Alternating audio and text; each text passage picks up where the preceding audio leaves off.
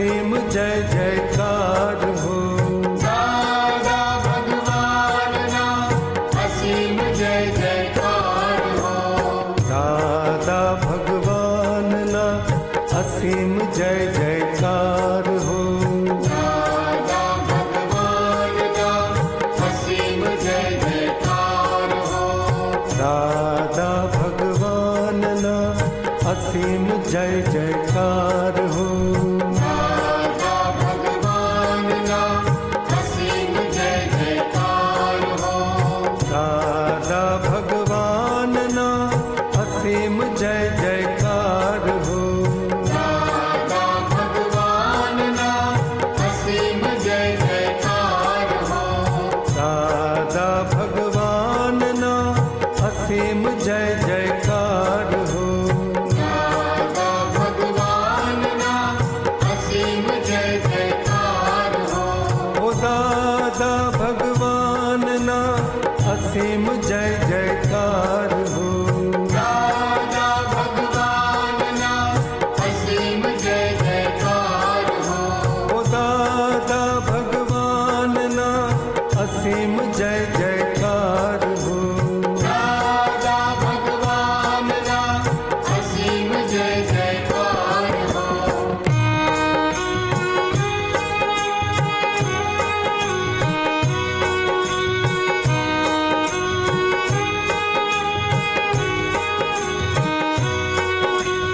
दादा भगवान ना असीम जय जयकार हो।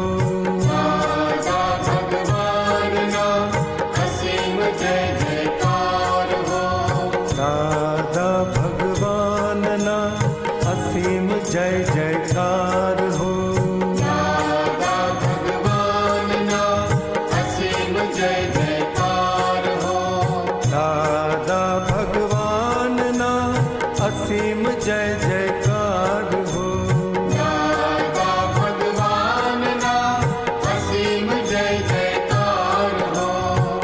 दादा भगवान ना असीम जय जयकार हो। दादा भगवान ना असीम जय जयकार हो। ओ दादा भगवान ना असीम जय जयकार हो। दादा भगवान ना असीम जय जयकार हो। ओ दादा भगवान ना असीम जय जयकार हो। दादा भगवान ना असीम जय जयकार हो। दादा भगवान ना असीम जय जयकार हो। दादा भगवान ना असीम जय जयकार हो। दादा भगवान ना असीम जय जयकार हो। दादा भगवान ना असीम जय जयकार हो। दादा भगवान ना असीम जय जयकार हो। दादा भगवान ना असीम जय जयकार हो। दादा भगवान ना असीम जय जयकार हो। दादा भगवान ना असीम जय जयकार हो। જય સચ્ચિદાનંદ. આપ સૌની અંદર બિરાજેલા પરમાત્માને અત્યંત ભક્તિપૂર્વક અભેદ ભાવે નમસ્કાર નમસ્કાર નમસ્કાર. જય સચ્ચિદાનંદ.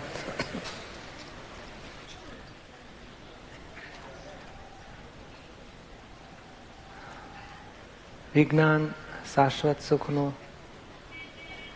તે દાદાની વાત બધી વિજ્ઞાન શાશ્વત સુખનું જ છે.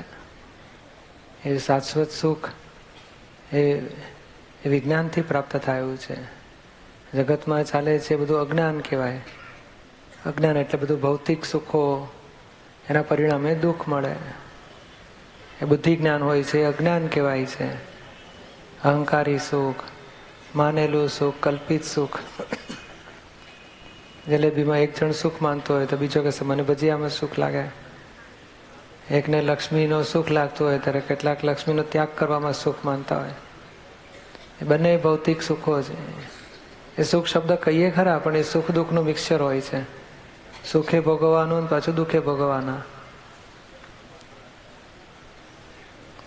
ખરેખર તો ઉછીના સુખ જેવું છે. લોન પર સુખ લેવાનું અને દુઃખ ભોગવવાનું રીપેમેન્ટમાં.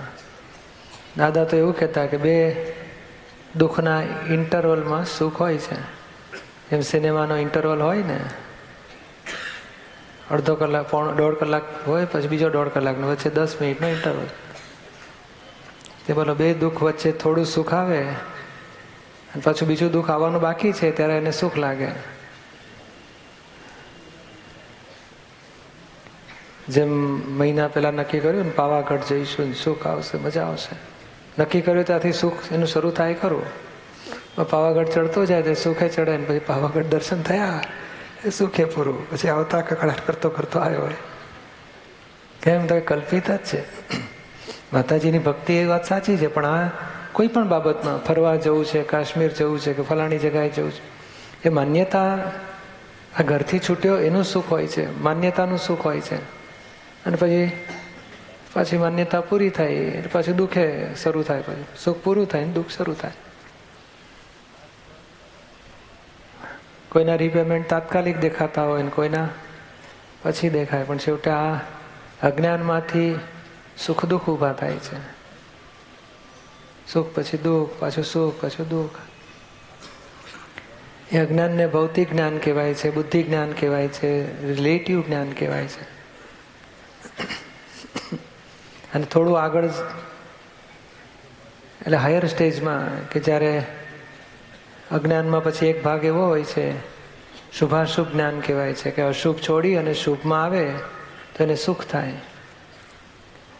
ભૌતિક જ્ઞાન છે, એન્જિનિયરિંગ, ડોક્ટરી, એ બધા ભૌતિક જ્ઞાનો, ને એમાંથી પછી ધર્મ તરફ વળ્યો તો એમાં એને સુખ લાગે. એ ધાર્મિક ક્રિયાઓ કરે છે, મંત્ર, જાપ, ભક્તિ, પૂજા, ધ્યાન, ત્યાગ, તપ, એ ધર્મમાં જે જે બધું બતાડ્યું છે તે એ ધાર્મિક એને સંસારમાંથી ખસીને પછી અહીંયા થોડી વાર કરે ત્યારે એને સુખ લાગે. તોય પાછો આ ઘરે જાય એટલે પાછું દુઃખ શરૂ થાય. એટલે પાછો થાય, કાલે વહેલો આવીશ, ભક્તિ કરીશ, મજા આવશે, શાંતિ લાગશે. અને તે અત્યારે તો એવું થઈ ગયું ને, કલાક માળા ફેરવતો હોય કે જાપ કરતો હોય, તમે ભોગવટા તો ચાલુ જ હોય. અને આ ધર્મની ક્રિયાઓ હોય છે એનાથી કંઈ પૂરેપૂરું સુખ આવતું નથી. ભૌતિક સુખની કરતાં ઊંચું લાગે. ભૌતિક સુખમાં પેલો પૈસો મળ્યો, જરાક નામ મળ્યું, કીર્તિ મળી, એની કરતાં થોડુંક ભગવાનની ભક્તિ તરફ ગયો. પેલું ભૌતિક વસ્તુઓ કરતાં આગળ તો છે જ, પણ તોય એ કંઈ સાચું સુખ નથી. છતાં પુણ્ય બંધાવે, સારું જો સાચા દિલથી, નિષ્ઠાથી કર્યું હોય, પુણ્ય બંધાય અને ધીમે ધીમે આગળ વધે. પણ ભૌતિક ક્રિયાઓ બધી જે કરાવવામાં આવતી હોય છે એમાં જો આત્માનો ધ્યેય ન રાખવામાં આવે તો પછી એ બધું પુણ્ય બંધાય ખરું, પણ પાછું બીજા ભાવમાં પુણ્યનું ફળ સાહેબી મળે ને ધીમે ધીમે સ્લીપ થયા કરે. આત્મા હેતુ માટે, મોક્ષના હેતુ માટે કંઈક હોય તો ઘણું ઓછું કહેવાય.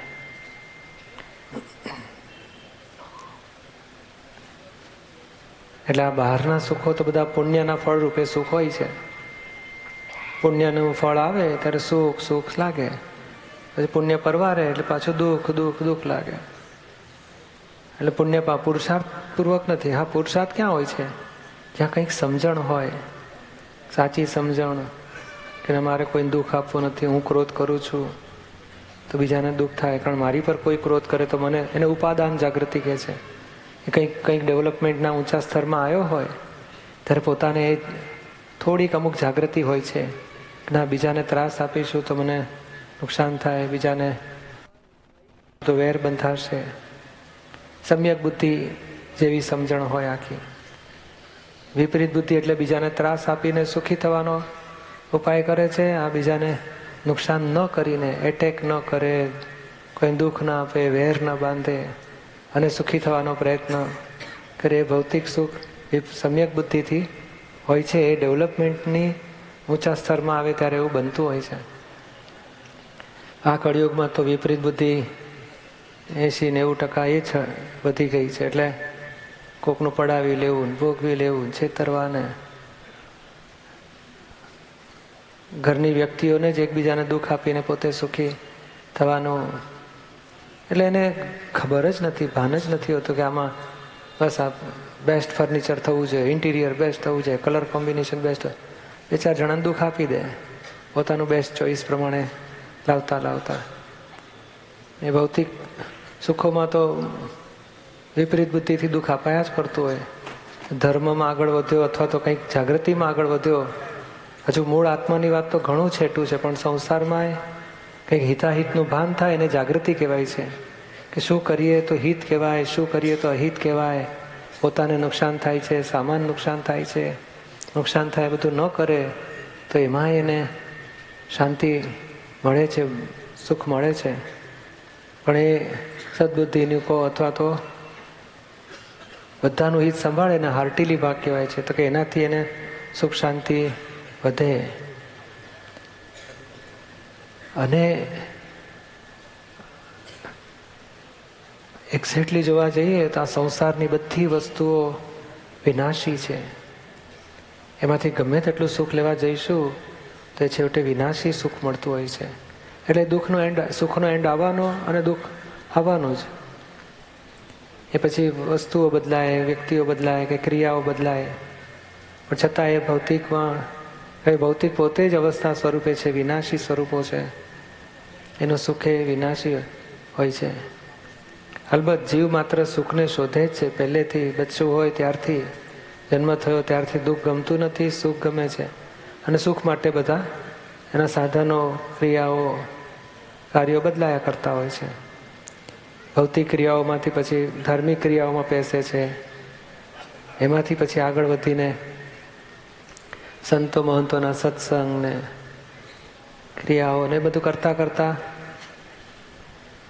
આ બધું ધર્મમાં અમુક વળે, અમુક પેલો ભૌતિકમાં વળે, પરણ્યા, બિઝનેસ ને પૈસા ને એ બધા કંઈ પૂરું સાચું સુખ આપી શકતા નથી. કારણ વસ્તુઓ વિનાશી છે, એનું સુખે વિનાશી છે.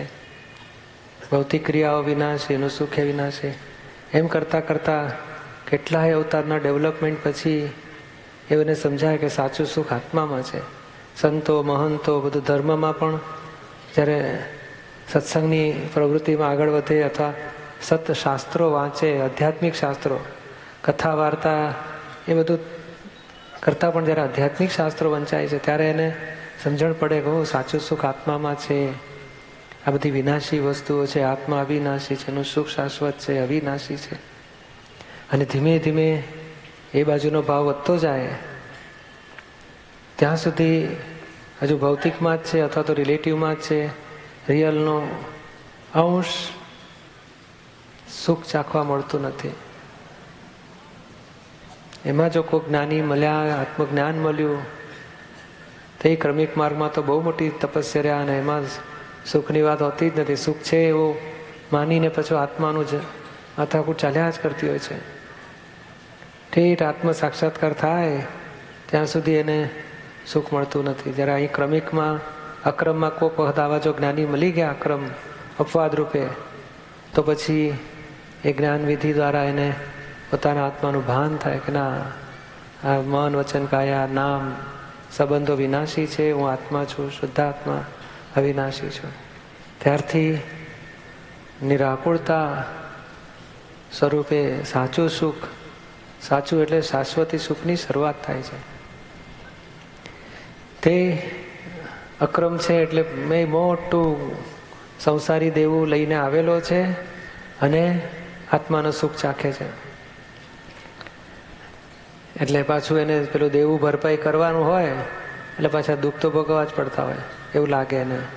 ખરેખર મહી નિરાકુળતા ચાલુ તો થઈ છે એની. જેમ 5 કરોડનું દેવું હોય, પછી 25,000નો પગાર કરાવીએ, એને ઘરનો ખર્ચો 7-8,000 10,000માં પતે, 15,000 પેલું દેવા પેટે પૂરા થતા હોય તો ભાઈને કે બસ હવે તો તમારે 25,000નું જોબ લાગી ગઈ, હવે તો વાંધો નહીં ને, હવે જોબ લાગી પણ પેલું દેવું ખરું ને, કે છે બધું ભરપાઈ કરવામાં જ જાય છે મારું. એટલે એને નિરાકુળતા હોય છે ખરી, પણ બીજા શબ્દોમાં કહીએ તો દુઃખનો અભાવ શરૂ થાય છે. દુઃખનો અભાવ એટલે શું? કે સુખ એટલે જે લોન લેવાતી હતી ભૌતિક સુખો, મોહથી, માનથી, લોભથી ભૌતિક સુખ લેવા જતા હતા, એના રીપેમેન્ટોની જવાબદારી વધવાની હતી. તે સ્ટોપ થાય, આત્માનું સુખ શરૂ થાય છે. એટલે ગુના બંધ થયા, જોખમદારી અટકી, ભૌતિક સુખોના મોહ છૂટ્યા, એટલે જોખમદારી અટકી. એ જોખમદારી એટલે કેવું? એને કંટાળો આવે એટલે સિનેમા જોવા જાય. તો કંટાળામાં 50ની બૂમ હોય તો સિનેમા જોઈને 150ની લોન લે ને પેલા 50 ચૂકવે ને 100ની મજા કરે. પછી પાછું ઘરમાં કકડાટ થાય તો એ હોટલમાં જઈને ખાઈ આવે. એના કકડાટનું 100નું દેવું માગવા આવ્યા, કકડાટ દેવું કહેવાય, તો એને પેલો 200નું દેવું કરી 100નું ભરપાઈ કરે છે. એટલે એક સુખ ભોગવતા પાછું એને દુઃખ આવ્યું તો નવું સુખ લઈ આવે, જૂનું દુઃખ માટે પેલું લોન પૂરી કરે. એટલે દેવું વધતું જતું હતું. એ ક્રોધ કરે છે, અપમાન કરે છે, કોકની જોડે ઝઘડો કરે છે, તે નવું દેવું ઊભું કરે છે, પાછલું દેવું આડે છે. કંટાળો આવે તો સિનેમા જોવા જાય, ખાવા પીવા જાય, ફરવા જાય, બધા લોનના સુખ વધારતો જાય છે, આ કંટાળાના દુઃખના પેમેન્ટ કરતો જાય છે. એટલે એક ગુનો ધોવે છે ત્યારે બીજો ગુનો ઊભો કરે છે, અથવા એક સુખનું રીપેમેન્ટ પૂરું કરે છે, નવી લોન ઊભી કરે છે. એટલે દેવું વધતું જાય છે અજ્ઞાન દશામાં. એ જ્ઞાન મળ્યા પછી એ દેવું સ્ટોપ થાય છે. એ જેટલું છે એટલું રહ્યું, નવી લોનો બંધ થતી જાય. ના, શુદ્ધાત્મા અનુભવ સિવાય કાંઈ જોઈતું નથી. હવે મારે કોઈને દુઃખ આપવું નથી. કોઈ દુઃખ આપે તો જમા કરતો થાય છે. રિએક્શન એટલે બદલા લેવાની ભાવના બંધ થાય છે, વેર ભાવ બંધ થાય છે, દુઃખ આપવાના ભાવ બંધ થાય છે. એટલે એવું જ્ઞાન, આ અક્રમ વિજ્ઞાનના આધારે અહીંથી બિગિનિંગ થાય છે. એને શાશ્વત સુખની પ્રતીતિ બેસે છે, સુખની શરૂઆતે થાય છે ને. પેલું પાછલું દેવું પૂરું કરતા કરતા, એટલે ફાઇલો પેન્ડિંગ છે, એટલે એને જ્ઞાન તો મળ્યા પછી ધીમે ધીમે પ્રતીતિ બેસી, એટલે પ્રતીતિ તો બેસી ગઈ 100%. ધીમે ધીમે જાગૃતિ વધતી જાય છે, તેમ તેમ એને બીજા સ્ટેજનો શરૂ થાય છે. નિરાકુળતા હોય છે, રાઈટ બિલીફ બેસવાથી એક ખૂણામાં નિરાકુળતા નિરંતર રહેતી જ હોય છે. પણ એને જ્યારે ફાઇલોના દબાણ આવે છે, ભરેલા કર્મોના ફળ આવે છે, ત્યારે પેલું કોઈ અપમાન કરે, કંઈ નુકસાન કરે, કંઈક ઝઘડો થયો, કંઈક ક્લેશ થયો, કંઈક અપમાન થયું, કંઈક થયું, ત્યારે પેલું એને તપ હોય છે. એટલે નિરાકુળતા છે ખરી, પણ દુઃખનો અભાવ એવી સ્થિતિ છે. અને પછી આગળ એને તપ કરવું પડે છે. તપમાં એ સુખ નથી હોતું, એટલે સુખના ઉભરા નથી હોતા, આનંદના ઉભરા નથી હોતા, પણ દુઃખનો અભાવ ચોક્કસ હોય છે. પણ પેલું રીપેમેન્ટો, કોઈ અપમાન કર્યું એટલે એનો ભોગવટો આવ્યો, એ ભોગવટો પેલા અહંકારને છે, હું શુદ્ધાત્મા છું, અહંકારને જુદો રાખો, ત્યાં એને તપ હોય છે, અંતર તપ. અને અંતર તપમાં દુઃખનો ભોગવટો નથી, પણ આનંદના ઉછાળા નથી, સુખના ઉભરા નથી.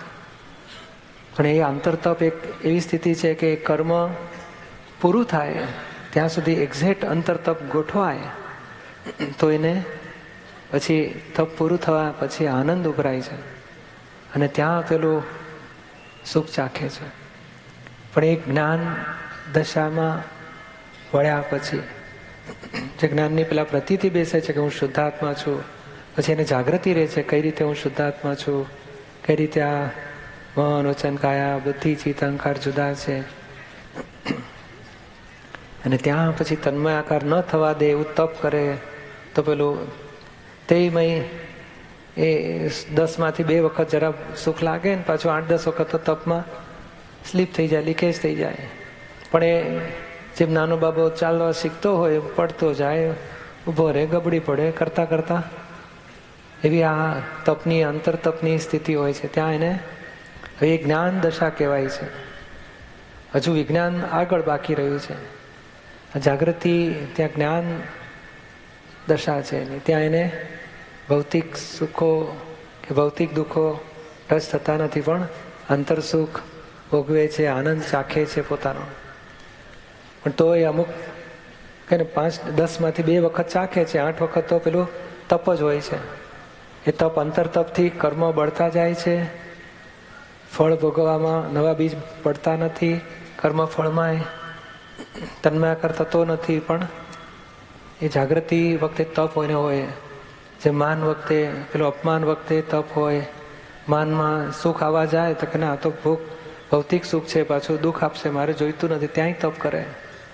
પેલા અપમાન છે, ખોટ છે, ક્લેશ છે, એટલે દુઃખ પરિણામમાં તપ કરે છે. પછી આગળની સ્થિતિમાં સુખ પરિણામમાં તપ કરે છે, કે માનનું સુખ મળ્યું, કે ખાવામાં સુખ આવ્યું, ઊંઘવામાં સુખ આવ્યું,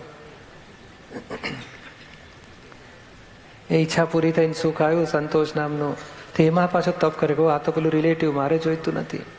અને એ જેમ જેમ જાગૃતિની દશા વધતી જાય છે તેમ તેમ અનુભવના અંશ ઉત્પન્ન થતા જાય છે. અને એ અનુભવ આત્માનો અનુભવ કહેવાય છે. અને ત્યાં વિજ્ઞાન એક્ઝેક્ટ વિજ્ઞાન કહેવાય છે. જેટલો અનુભવ આત્માનો થયો, સંસારના પરિણામો અડતા બંધ થયા, ત્યાં એ વિજ્ઞાન દશા છે. એ જ્ઞાનથી પણ આગળ વધ્યો.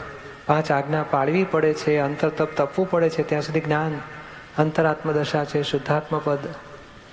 અને પેલું વિજ્ઞાન દશા અનુભવ પદ એ સ્પષ્ટ વેદન કહેવાય છે. અને ત્યાં પછી એક્ઝેક્ટ નિરાકુળતાથી આગળ, દુઃખનો અભાવ એનાથી પણ આગળ, અંતર તપથી પણ આગળ, સુખનો સદભાવ એક્ઝેક્ટ ત્યાં હોય છે. અને એ સુખ પછી એક વખત આવ્યા પછી જતું નથી. પછી એને આ વિષયના સુખો ટચ કરતા નથી, માન અપમાન ટચ કરતું નથી, નફો નુકસાન ટચ કરતું નથી. પછી આહારના, મૈથુનના કે નિંદ્રાના સુખો, એ બધા ભૌતિકમાં કોઈ દુઃખ હોય, આપણે ભય હોય, મરણના એ દુઃખ ટચ કરી ના શકે. દાદા કે છે ને કે દેહમાં જે સ્થિતિ છે, દેહ વગરની સ્થિતિ હોય, દેહ છોડી દઈએ તો અમે એ સ્થિતિમાં, દેહમાં છીએ તો એ સ્થિતિમાં અમને જીવન કે મૃત્યુ કાંઈ ફરક પડતો નથી. જેમ શ્રીમદ રાજચંદ્ર કહે, જીવિત કે મરણે નહીં ન્યૂનાધિકતા. જીવનમાં કંઈ વધારે લાગે નહીં, મરણ પછી કંઈ ઓછું લાગે નહીં. એવી આત્મ અનુભવની દશા કહેવાય છે, સ્પષ્ટ વેદન વિજ્ઞાન દશા.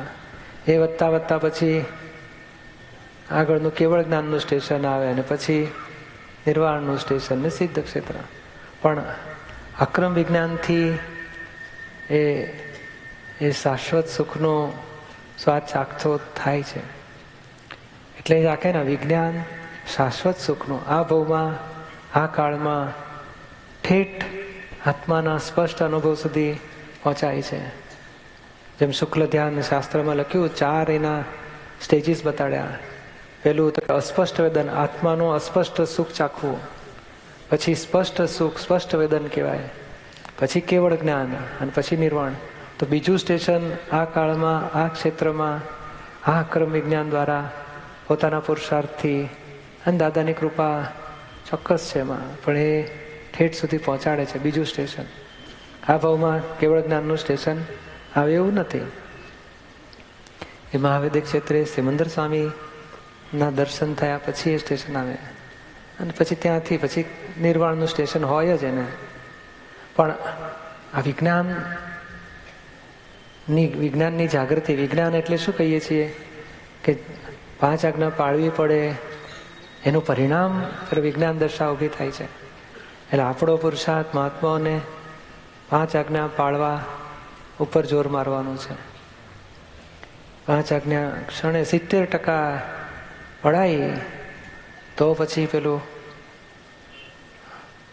આગળનું સ્ટેશન આવશે. એટલે આપણે એ પુરુષાર્થ મહાત્માના લેવલે શરૂ થાય છે. એટલે જગતના લોકોને તો બોલો ભૌતિક સુખો, ભૌતિક દુઃખોમાંથી, ભૌતિક સુખો અને ભૌતિકમાંથી પછી ધાર્મિક સુખો તરફ જઈ શકે છે, બસ ધર્મના લેવલ સુધી. પછી જ્ઞાનનું લેવલ એ એકલું આત્મજ્ઞાન થયા પછી એ શરૂ થાય છે.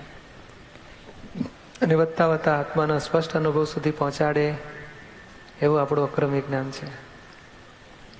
નિરૂમાય સ્ટેશને પહોંચી શક્યા. દાદાને તો કેટલાય અવતારોની સાધનાના ફળ રૂપે હતું. જ્ઞાન સુરતના સ્ટેશને થતાની સાથે જ એ પોતાપણું ખલાસ થઈ ગયું અને સ્પષ્ટ આત્માનો અનુભવ થયો. આપણને પ્રતીતિ બેસે છે. હવે જાગૃતિ રાખવી એ પોતાનો સ્વતંત્ર પુરુષાર્થ છે. વ્યવસ્થિતને તાબે કે સંજોગને આધીન નથી. આપણો નિશ્ચય બળ, નિશ્ચયને સિન્સિયરિટી અને આ સત્સંગની સમજણ, દાદાની વાણી, એ બધા સાધનો, પરિચય, પ્રત્યક્ષ પરિચય, એ બધા સાધનો એ જાગૃતિને વધારનારું છે. આ રિયલ વ્યૂ પોઈન્ટ એટલે જ્ઞાન દશાની શરૂઆત જ ત્યાંથી જાય છે કે નિમિત્તને નિર્દોષ જુઓ, પોતાના દોષો તપાસો. અને પોતાના દોષો જે નેગેટિવ વિચાર, વાણી, વર્તનથી આપણે વાત નીકળી હતી કે પછી આગળ નેગેટિવ અભિપ્રાયો, પછી માન અપમાન અને છેવટે પોતાપણાનો દોષ જ્યારે ખલાસ થાય છે ત્યારે એ જાગૃતિ વધતા વધતા પોતાપણાના દોષોને પણ ખલાસ કરી શકે એવા પુરુષાર્થમાં આવે છે. ત્યારે અનુભવની કક્ષા એને શરૂ થાય છે. અને અનુભવ એ પછી વિજ્ઞાન, શાશ્વત સુખનો એ વિજ્ઞાન દશા, વિજ્ઞાન ઘન આત્માનો સ્પર્શ થયો કહેવાય. નિરાલંબ આત્મા કહેવાય છે ને. નિરાલંબ આત્મા, ત્યારથી આત્માનો સ્પષ્ટ વેદન શરૂ થાય છે. સૂર્યોદય થયો પછી વધતા વધતા મધ્યાહન સુધી પહોંચે. એ ત્યાં નિરાલંબની સ્થિતિ પ્રાપ્ત થાય. પછી એને જગતમાં જેમ કૃષ્ણ ભગવાન નિર્ભય થા, વિતરાગ થા, તો કે એ સ્ટેશન આવ્યું એને. નિર્ભયતા ઉત્પન્ન થાય, વિતરાગતા. તો એ હજુ અંશ વિતરાગતા છે, હજુ આગળ વધવાનું પુરુષાર્થ બાકી છે હજુ. પણ આ કાળમાં, આ ક્ષેત્રમાં આટલી મોટી દશા પ્રાપ્ત કરવી એ મોટો અક્રમ વિજ્ઞાનની બલિહારી છે. આશ્ચર્યની કહેવાય કે આટલું મોટું કળિયુગમાં શક્ય જ નથી 5મા આરામાં. છતાં અપવાદ માર્ગમાં બની શકે છે, બની ગયું છે, બની જઈ શકે. હજુ બધાને માટે છૂટ છે. રસ્તો ઠેઠ ખુલ્લો જ છે આજે પણ. હા, આપણી પ્રાયોરિટીમાં જ્ઞાન, સત્સંગ, આત્મા હોવો જ જોઈએ. અને ફાઇલો, એક ફાઇલને સંભાવે નિકાલ કરીને હિસાબ ચોખ્ખા કરવા છે. અને અંતરતપનો પુરુષાર્થ વધારે હોય. અને વિજ્ઞાનની સમજણ, દાદાની વાણી જે નીકળી છે એ આખું વૈજ્ઞાનિક દ્રષ્ટિએ આપણે સમજણમાં લેતા જઈએ અને નિર્દોષ જોઈએ નિમિત્તને, પોતાના દોષોના મૂળ રૂટકો સુધી પહોંચીએ. અને પછી ત્યાં પરાક્રમ ભાવ માગે છે કે ના, આ ગાંઠ તોડવી જ છે, વિષયની ગાંઠ તોડવી છે. માન, વિશેષ છું, સાચો છું, સારો છું, સ્ત્રીપણાની ગાંઠ, પુરુષપણાની ગાંઠ, બધી જૈન પૂતગલ ને વૈષ્ણવ પૂતગલ બધાએ ગાંઠો જ લઈને આવેલા છે. એ ગાંઠો બધી તૂટતા તૂટતા તૂટતા આત્મા સિવાય કોઈ પક્ષ નહીં આપણો. એટલી બધી જાગૃતિ વધે ત્યારે પેલું સ્પષ્ટ વેદનના અંશો શરૂ થાય. અને આ આપણો જીવનનો આ ભવનો આપણે આવો ધ્યેય જો ગોઠવીએ અને ધ્યેય નિશ્ચય કર્યા પછી એનો પુરુષાર્થ માંડીએ, એમાં ભૌતિક વસ્તુ નડે એવી નથી. સંસાર કે કાર્યો એમાં ઇન્ટરેસ્ટ નડે છે કે હજુ મજા આવે છે, ગમે છે. એ ઇન્ટરેસ્ટ છે ને ત્યાં સુધી આત્માનો ઇન્ટરેસ્ટમાં આવરણ આવી જાય છે આત્મા તરફ. એટલે ભૌતિક જેટલું રસ વગરનું થતું ગયું, ફાઇલ તરીકે લાગે, બોજો લાગે. દાદા કહે છે ને કે આ સંસાર અમને કડવો ઝેર જેવો લાગતો હતો જ્ઞાન થતાના અમુક વર્ષો તો.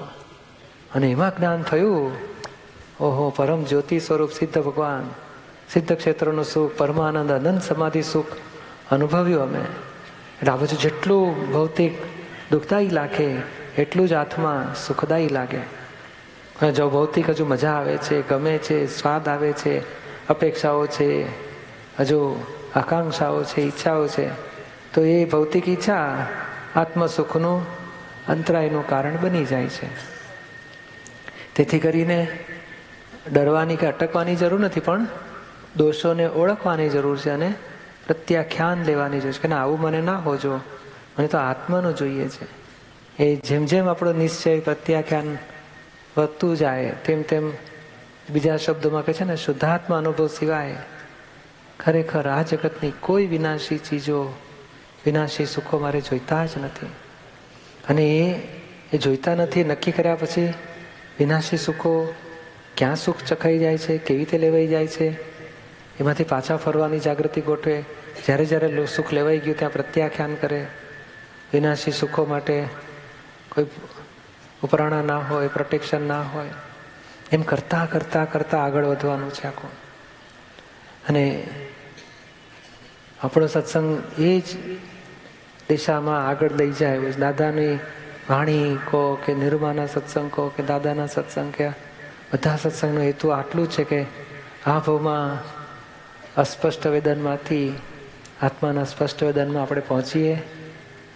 5 આજ્ઞાના આધારે આ સત્સંગના બળથી, દાદાની કૃપાથી એવો આપણો નિશ્ચય થાય તો એ સ્ટેશને આગળ વધારશે. આપતાણીની બધી 9મી આપતાણી કેટલાય પ્રકારના અહંકારની બિગિનિંગથી માંડીને સ્થૂળ અહંકારથી લઈને સૂક્ષ્મતમ અહંકાર, સૂક્ષ્મતર અહંકાર સુધીની બધા જ જોખમો અને એ કેવી રીતે બધું બાધક મોક્ષ માર્ગમાં થઈ શકે એને કેટલું બધું સુંદર સાયન્સ દાદાએ ખુલ્લું કર્યું છે. એટલે આ અહંકારના સ્વરૂપ એટલે માન, અભિમાન, કરતાપણું, ગર્વરસ, બધું અહંકારના સ્વરૂપો, અને એ જ મોટા મોટું બાધક કારણ થતું હોય છે. અને એની ઉપર જ જો આપણી વિશેષ જાગૃતિ પુરુષાર્થ રૂપે ગોઠવવામાં આવે તો પછી એ આવરણો તૂટતા જાય અને આગળની દશા શ્રેણીઓ ચઢાતી જાય.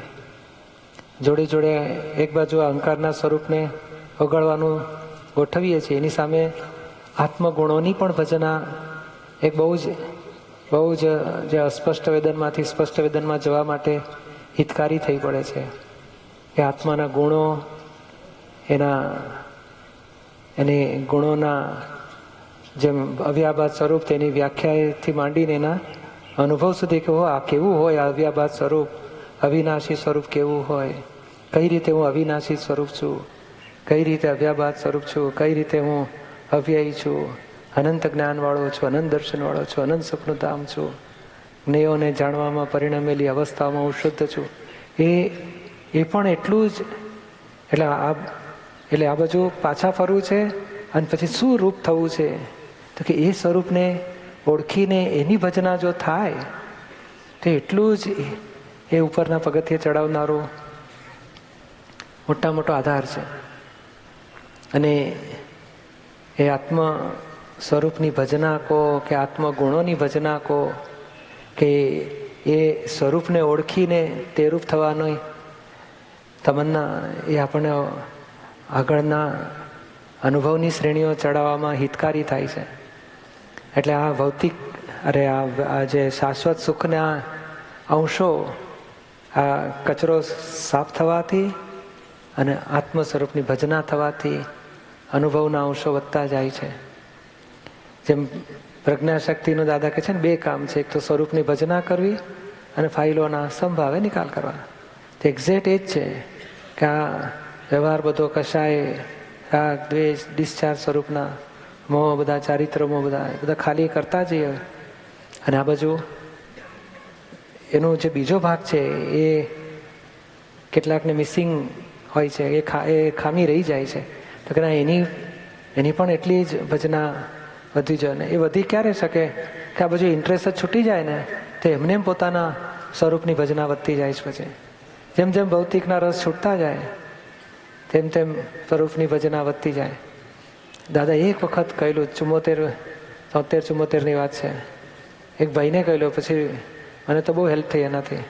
કે જરાક ટાઈમ મળે વચ્ચે નવરા પડીએ ને તો 50 વખત હું અનંત દર્શનવાળો છું, અનંત જ્ઞાનવાળો છું, અનંત સુખનું ધામ છું, અનંત શક્તિવાળો.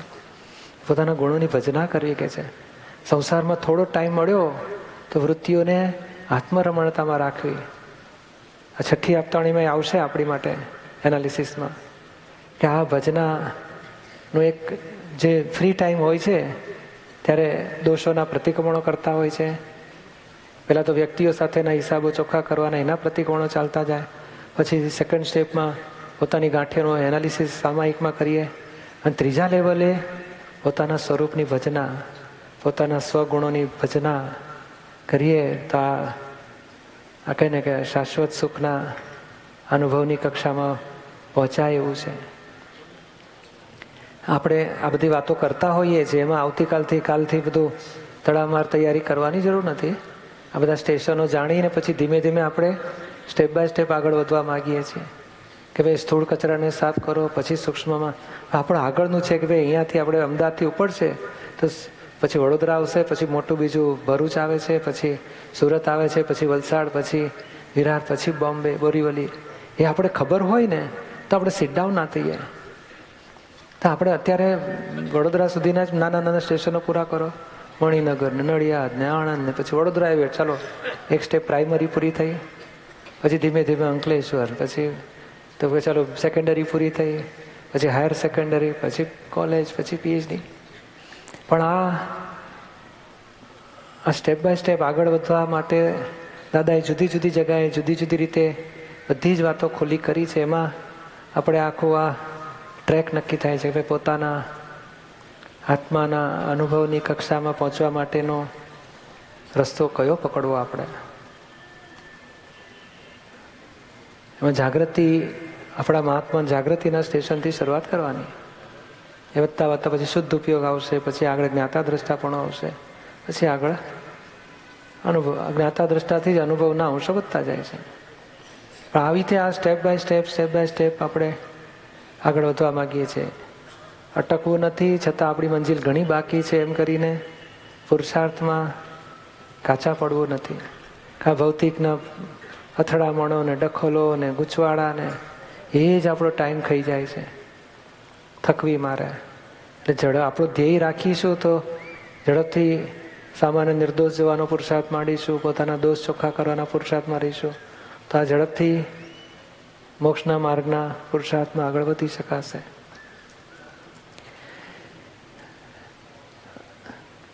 એમાં મોટું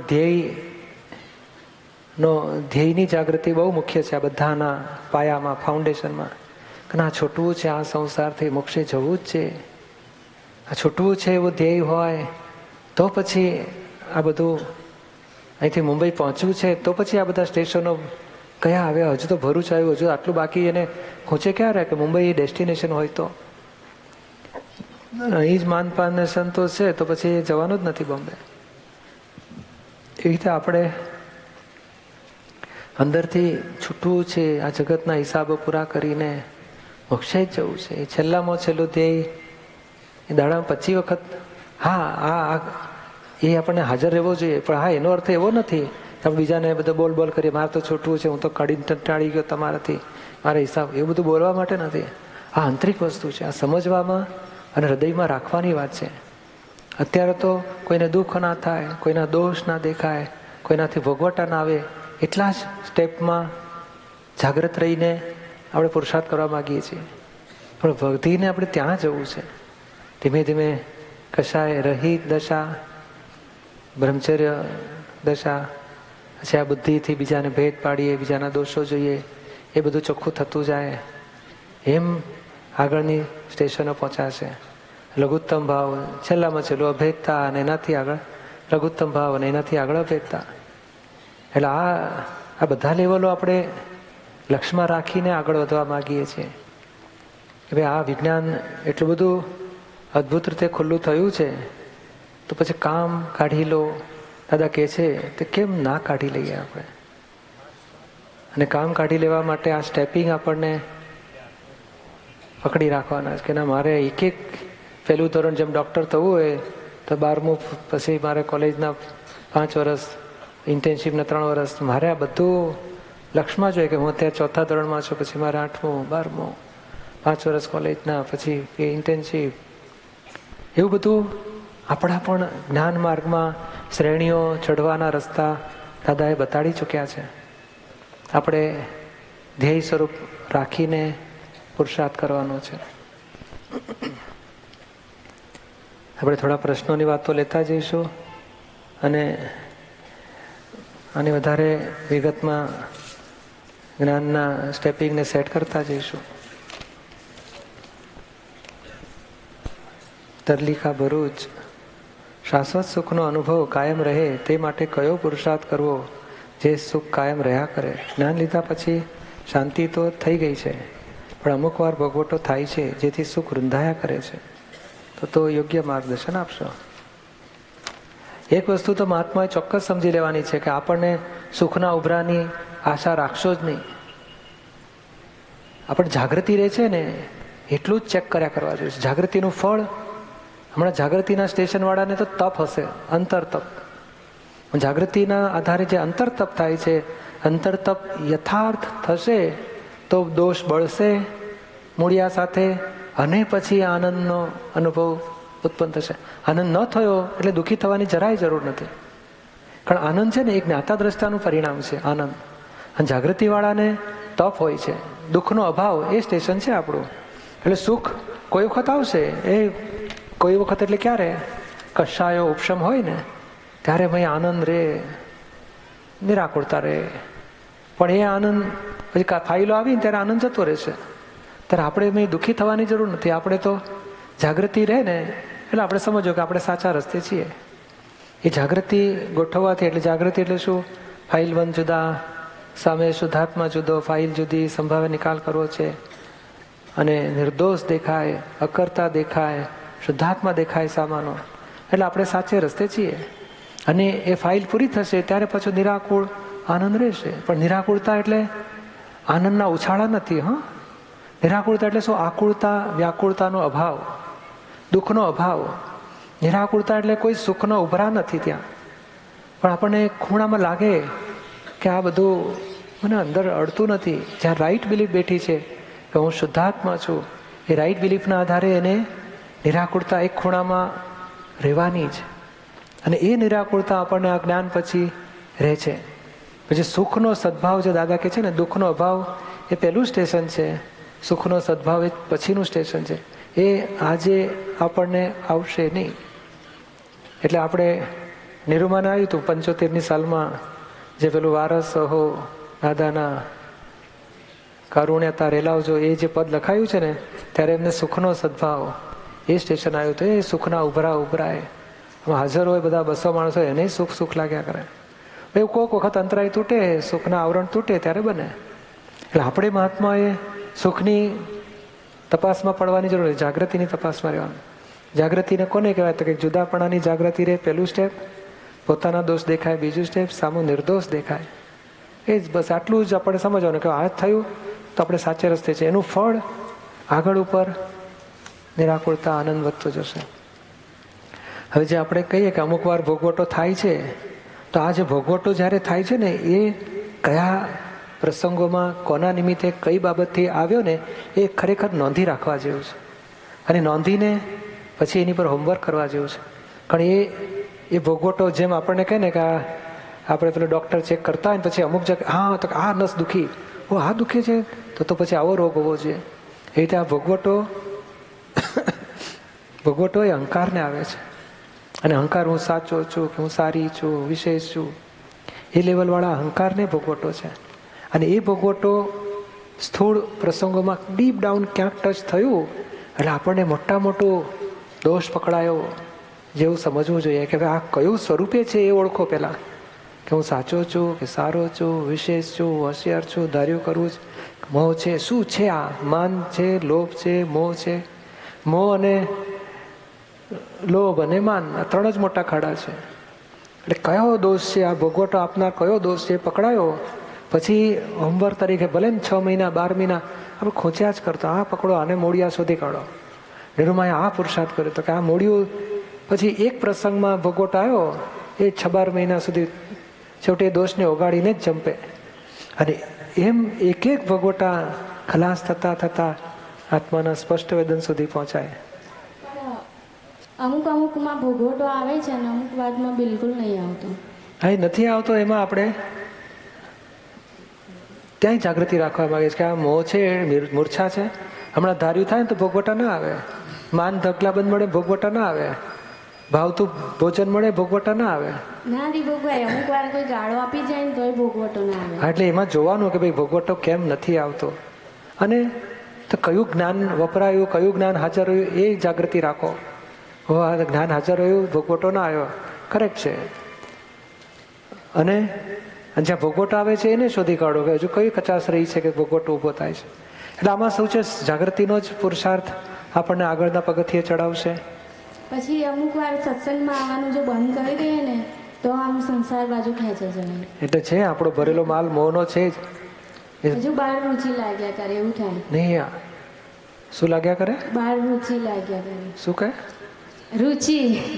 બહાર રુચિ. હા, બહાર બધે રુચિ લાગ્યા કરે. બરોબર છે. એટલે હજુ છે ગાંઠ પડેલી છે અંદર. આપણે એ જ કહેવા માંગીએ છીએ કે આ એકચ્યુઅલી સત્સંગ ઓછો નહીં, આ રુચિ છે ને એ ગાંઠ જ તમને સંસારમાં ખેંચી જાય છે. એટલે પેલો ભરેલો માલ ત્યાં ખાલી થવાનો. હવે માલ જ ખલાસ થતો જ હશે. જેમ જેમ રુચિ ખલાસ, સત્સંગનો ભીડો એટલો બધો આવશે કે પરાણે સત્સંગ કરવો પડે. પરાણે એટલે શું, કંટાળો તો હોય નહીં, પણ સત્સંગ કરો એનો ટાઈમ જ, એ સવારે બીજો ટાઈમ જ ના હોય ને સત્સંગ જ કર્યા કરવો પડે. એ ભીડો જ એવો આવે, પેલો હિસાબ પૂરો થઈ ગયો.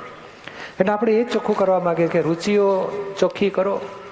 રુચિ એટલે શેનાથી થઈ છે? પૂર્વે બિલીફ બેઠી છે કે આમાં સુખ છે, મજા આવશે, એ પુરાવાના આધારે બિલીફ બેઠી છે.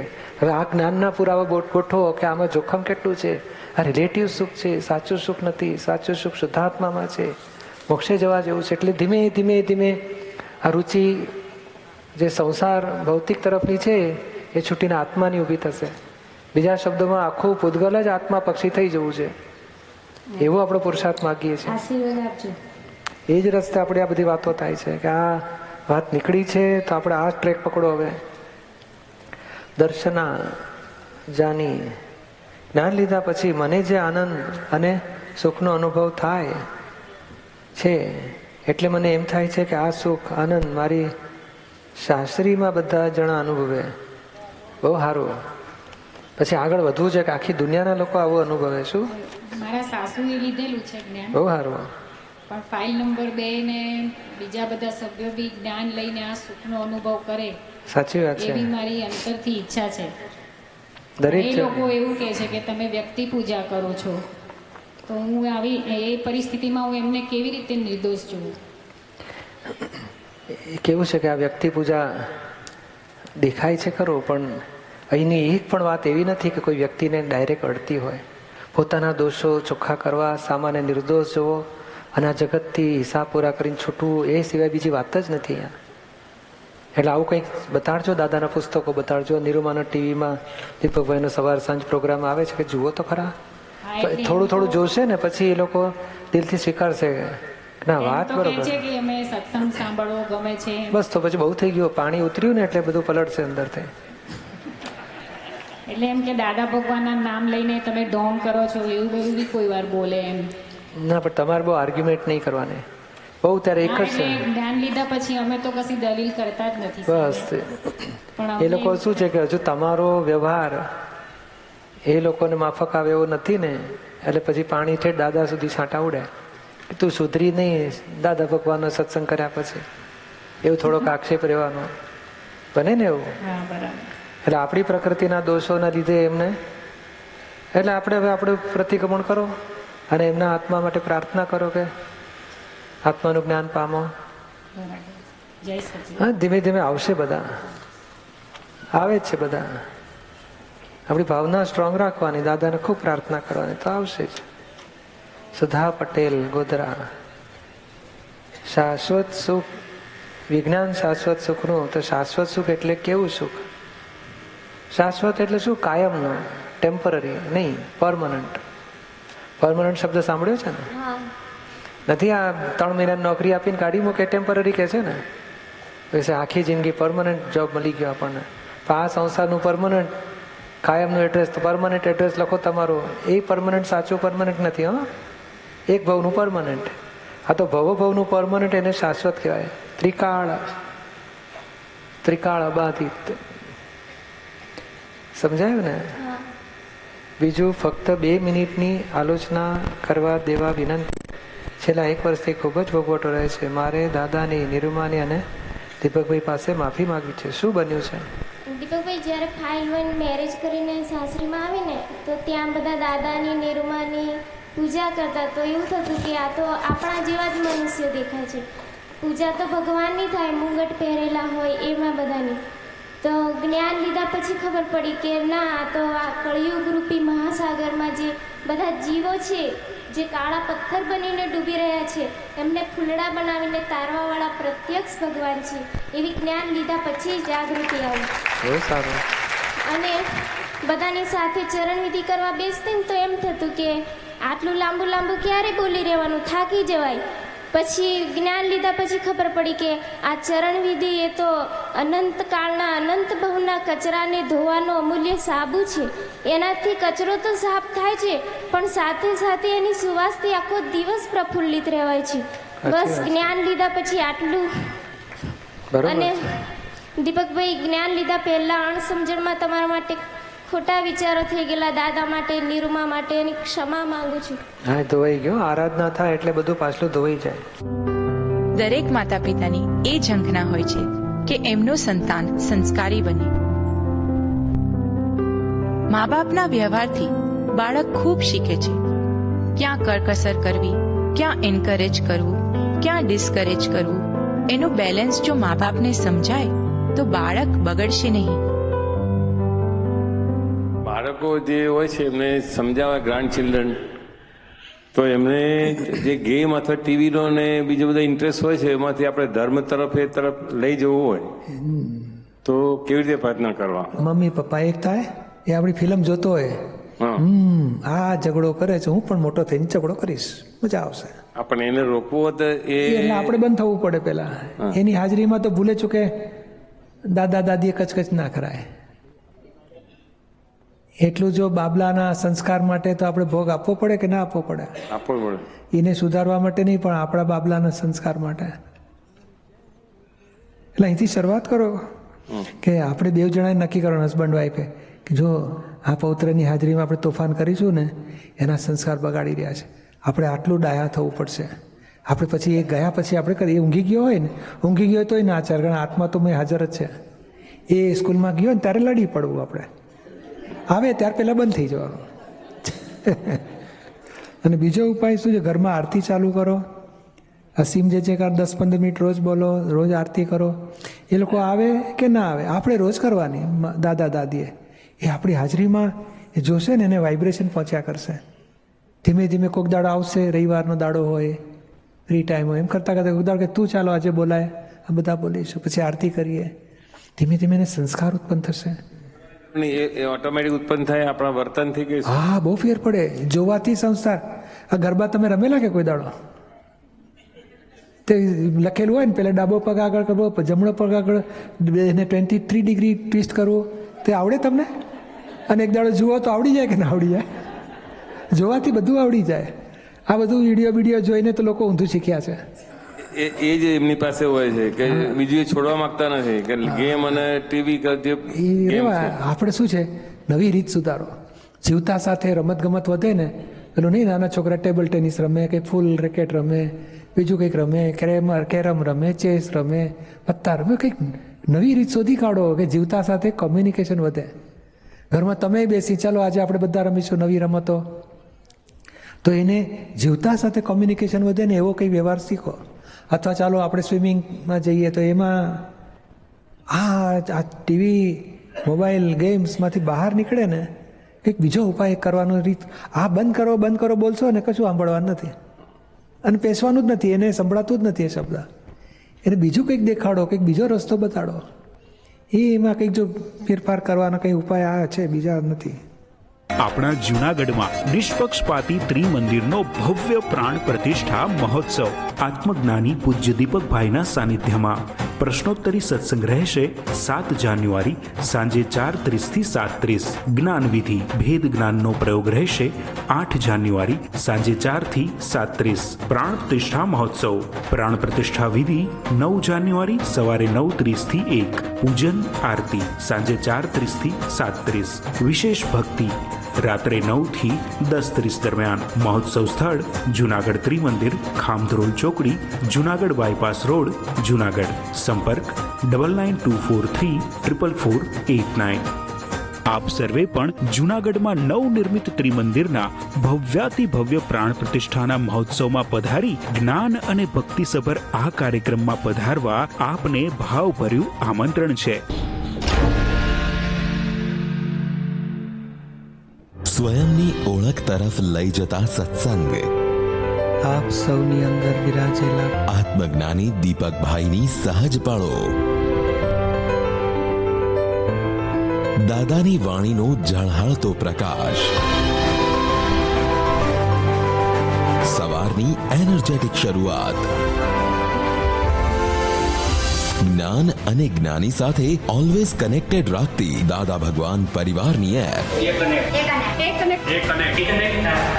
જ્ઞાન બીજનું સિંચન, પ્રત્યક્ષ જ્ઞાની સાથે કનેક્શન અને વહેતા જ્ઞાનની ધારા સાથે કનેક્ટ કરતી કડી. એ કનેક્ટ એપ, કનેક્ટ વિથ જ્ઞાન એન્ડ ધ જ્ઞાની.